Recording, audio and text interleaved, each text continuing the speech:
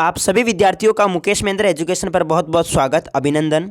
और आज हम बात करेंगे आपके सामने प्यारे विद्यार्थियों, कक्षा 12 का चित्रकला का जो पेपर है आपके 7 मार्च को होना है, उसके कुछ ऑब्जेक्टिव क्वेश्चन हैं जो मैं आपके सामने लेकर आया हूं।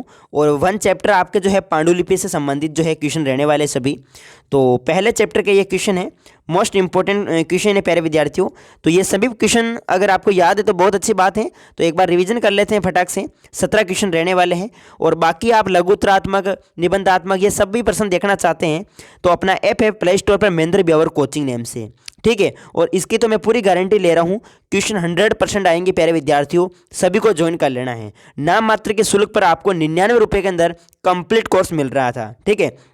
पहले 299 में मिल रहा था, लेकिन अब ऑफर है तो इस वजह से 299 घटा के हमने 99 रुपये कर दिया है। तो सभी विद्यार्थी क्रैश कोर्स जरूर, क्रैश कोर्स के साथ जुड़ जाना। जिन्होंने अभी क्रैश कोर्स नहीं लिया तो ले लेना प्यारे विद्यार्थियों। उसके अंदर मैंने 15 कैप्सूल क्लासें दे रखी है और एक बोर्ड कैप्सूल सीरीज है आपके सामने ब्लूप्रिंट के अकॉर्डिंग, बस वो पढ़ लेना, पूरा पेपर वहीं से आएगा। तो सभी विद्यार्थी सर्च करना महेंद्र ब्यावर कोचिंग, 99 रुपये के अंदर आपको पूरा कोर्स मिल जाएगा। जो पहले 299 में था अब आपको 99 में ही मिल रहा है, ठीक है। तो सभी विद्यार्थी परचेज कर लेना इस कोर्स को। चलो स्टार्ट करते हैं आज का अपना फर्स्ट क्वेश्चन। विष्णु धर्मोत्तर पुराण ग्रंथ का कौन सा अध्याय चित्रकला का स्रोत माना जाता है?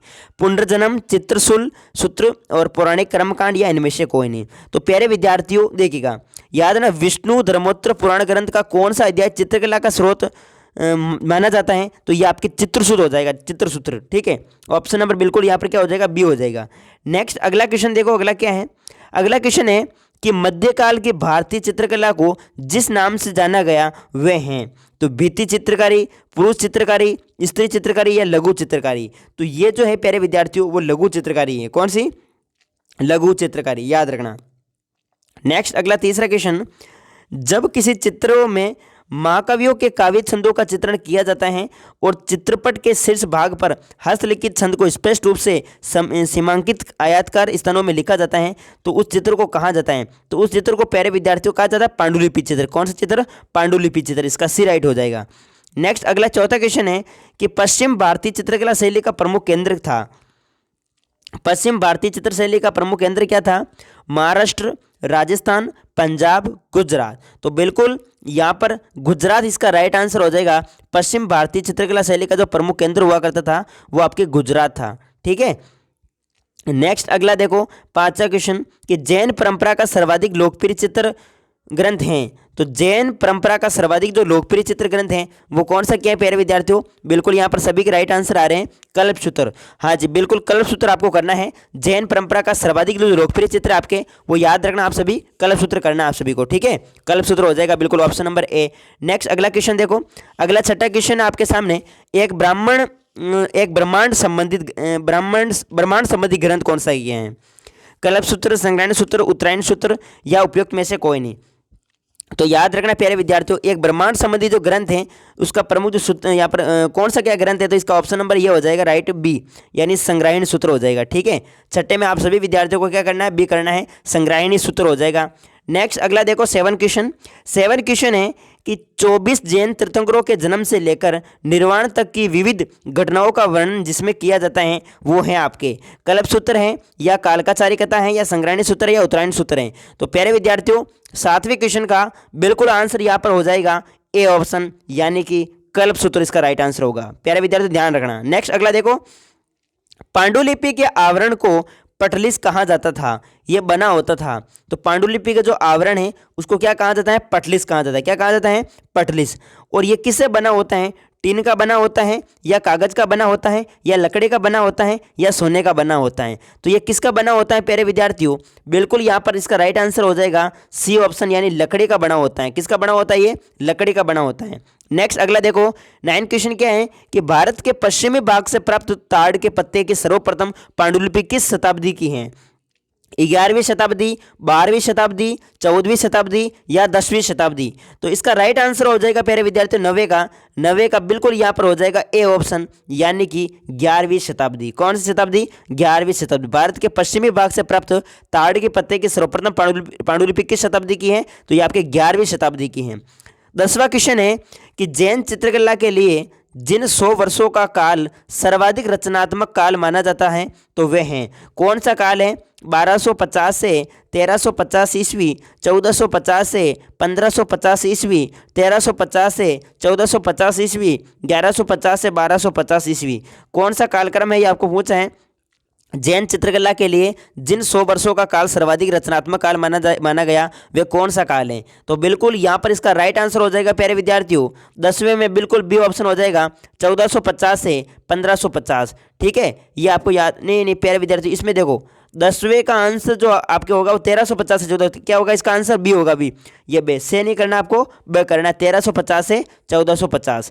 ठीक है, 10वें का आंसर आपका जो है इसमें बे हो जाएगा 1350 से 1450। वैसे यहाँ पर बे जो है पहले लिख रखा है, पहले आना चाहिए, बाद में लिख रखा है यहाँ पर। ठीक है, चलो नेक्स्ट इसका बी हो जाएगा, मतलब ए ना होकर से ना होकर बे होगा 1350 से 1450। नेक्स्ट अगला देखो 11वां क्वेश्चन, निमतनामा नामक पुस्तक किस चित्र शैली से संबंधित है?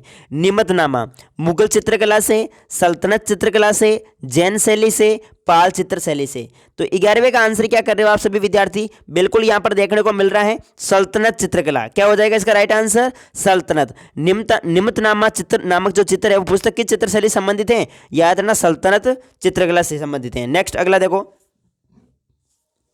हाँ, लोअरचंदा के चित्र किस शैली के हैं? लोअरचंदा के चित्र बताओ, जैन शैली के, सल्तनत चित्रकला शैली के, जैन चित्रकला के, या पाल चित्रकला के? तो प्यारे विद्यार्थियों 12वें क्वेश्चन का जो आंसर होगा बिल्कुल डी आंसर होगा, यानी कि आपके कौन सी शैली हो जाएगी? सल्तनत शैली हो जाएगी, सॉरी बी हो जाएगा इसका राइट आंसर। क्या हो जाएगा? सल्तनत चित्रकला शैली हो जाएगा। 12वें का आंसर आप सभी विद्यार्थियों को क्या करना होगा? 12वें का आपको द करना होगा, द लोअरचंदा के चित्र किस शैली के हैं? तो सल्तनत चित्रकला के हैं। ठीक है, मोस्ट इंपॉर्टेंट क्वेश्चन है प्यारे विद्यार्थियों, याद करने सभी।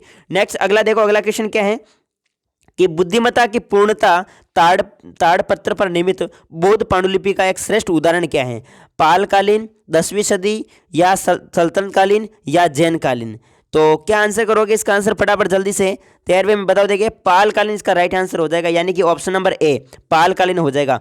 बुद्धिमत्ता की पूर्णता ताड़पत्र पर निर्मित बौद्ध पांडुलिपि का एक श्रेष्ठ उदाहरण है, वो आपके पालकालीन हो जाएगा। नेक्स्ट अगला देखो, पाल युग की कला का अंत हुआ, पाल युग की कला का अंत हुआ 11वीं सदी में, 10वीं सदी में, 12वीं सदी में, 13वीं सदी में? तो पाल युग की कला का जो अंत है वो कब क्या हुआ वो आपको पूछा है।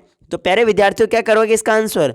14वें के अंदर 13वीं सदी करना है। 13वीं शताब्दी में पाल युग की कला का जो अंत हुआ था वो 13वीं सदी में हुआ था। ठीक है, नेक्स्ट 15वां देखो कि पाल कला भारत से निम्न में से जिस विदेश में फैली वे हैं? पाल कला भारत से निम्न में से जिस विदेश में फैली वे हैं? कौन सा देश है जो भारत से ये विदेश में फैली? बताओ, देखिए पाल कला नेपाल, श्रीलंका, बर्मा, उपरोक्त सभी।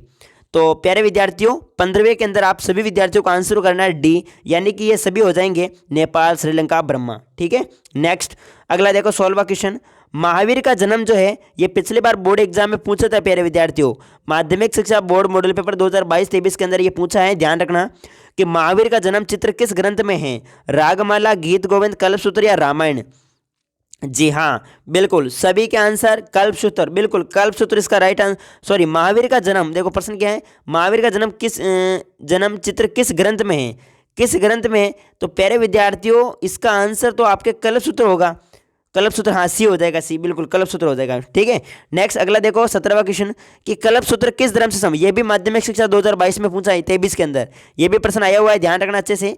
कल्पसूत्र किस धर्म से संबंधित है? जैन धर्म, बौद्ध धर्म, मुस्लिम धर्म, या पारसी धर्म?